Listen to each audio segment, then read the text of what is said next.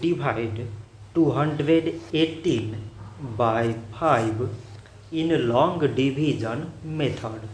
So 5 times 4 is 20. On subtracting we get 1.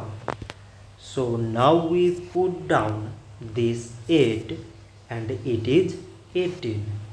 5 times 3 is 15.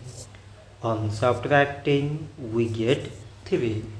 So now there is no any other number to put it down. So we take here decimal, so that we put 0. So it is 30 and 5 times 6 is 30.